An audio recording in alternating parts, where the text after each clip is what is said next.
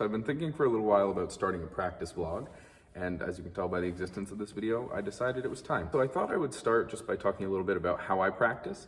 I definitely don't practice in the best way for everyone, but I practice in a way that works really well for me, and it's something that I'm constantly honing and thinking about. But there's certain elements to my practice that I do think might help everyone just a little bit. At the very least, I think it'll help my students, so I often tell them to do similar stuff to what I do. So to start off, you want to practice when you first wake up, or before you do anything really crazy fun, like playing some video games or going to hang out with your friends. And the reason is, you never want practice to interrupt something you love doing. You don't want to have to stop watching a movie, stop playing games, stop hanging out with your friends, so you have to go practice. Instead, you're better off practicing before any of that, and then you can rest easy.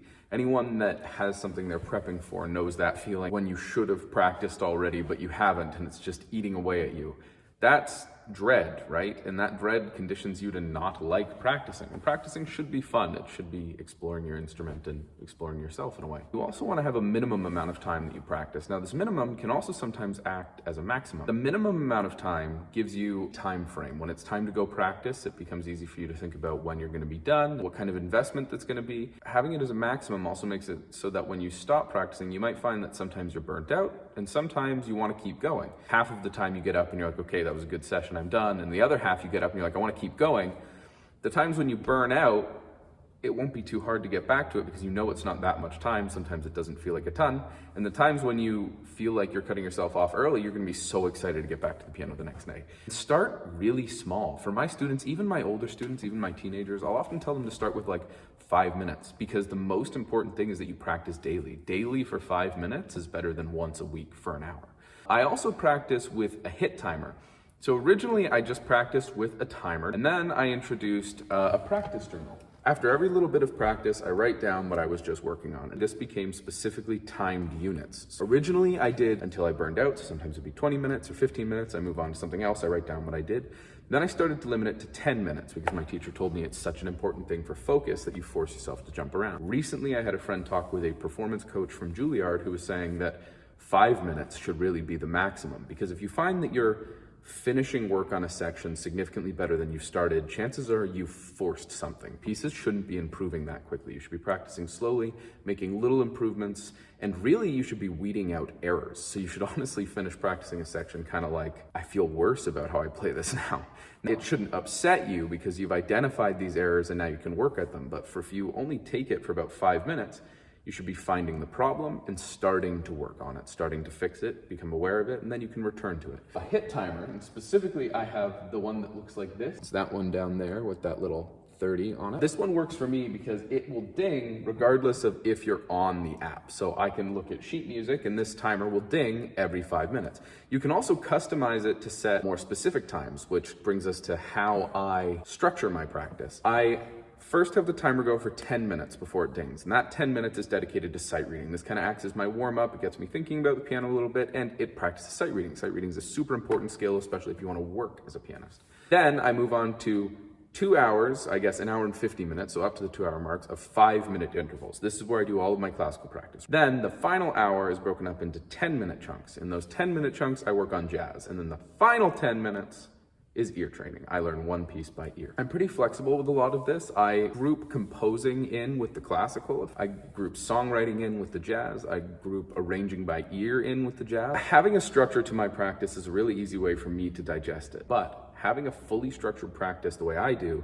doesn't work for everyone. I know a lot of people really like to just sit down and work at things. But a few things you should keep in mind are to always jump around. Never take a ton of time on one passage. You should interrupt your train of thought. Now the practice journal, I just write down a little bit every 5 minutes, whatever it was I was working on. It keeps me accountable. In those 5 minutes, every 5 minutes, I know that at the end of it, I've got to write something down. I've got to be very ready to explain to myself what it was that I was working on. A few other things you might notice about my setup here. I always practice with a coffee. Sometimes practicing, especially when you try to have a social life, can feel like it's superfluous and you shouldn't be doing it and you shouldn't be giving it so much time.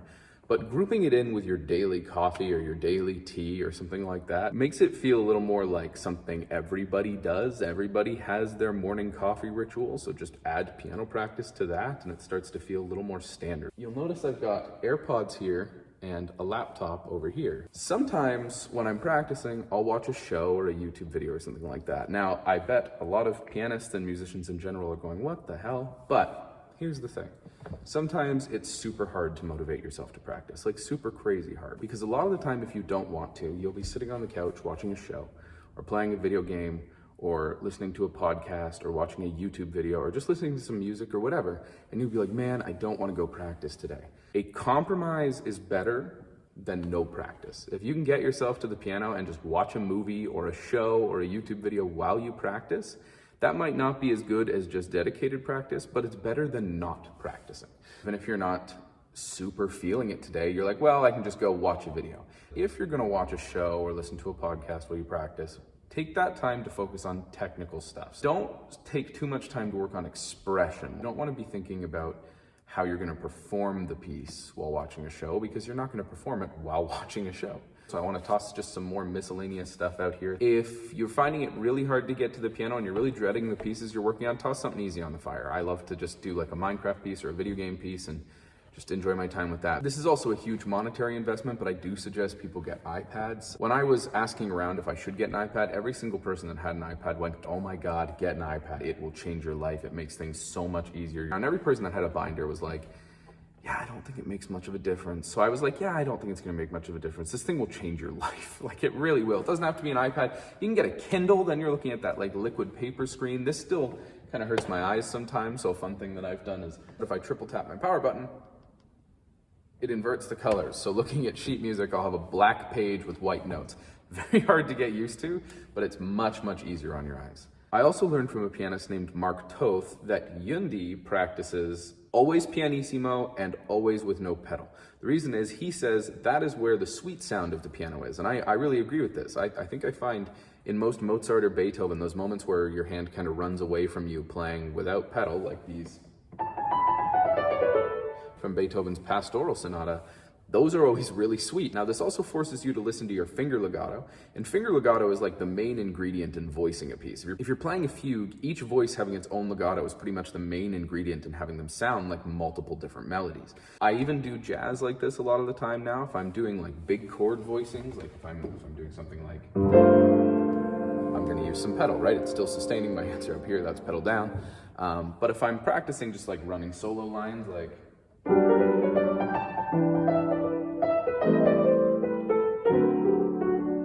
something like that, I'm not going to use pedal because I want to hear that sweet sound. I want to make sure that my hand on its own is making a beautiful phrase. So I hope this helps you get yourself to the piano. I hope this helps you stay at the piano if you set that minimum time. So I'll see you tomorrow with a piano cover of some sort.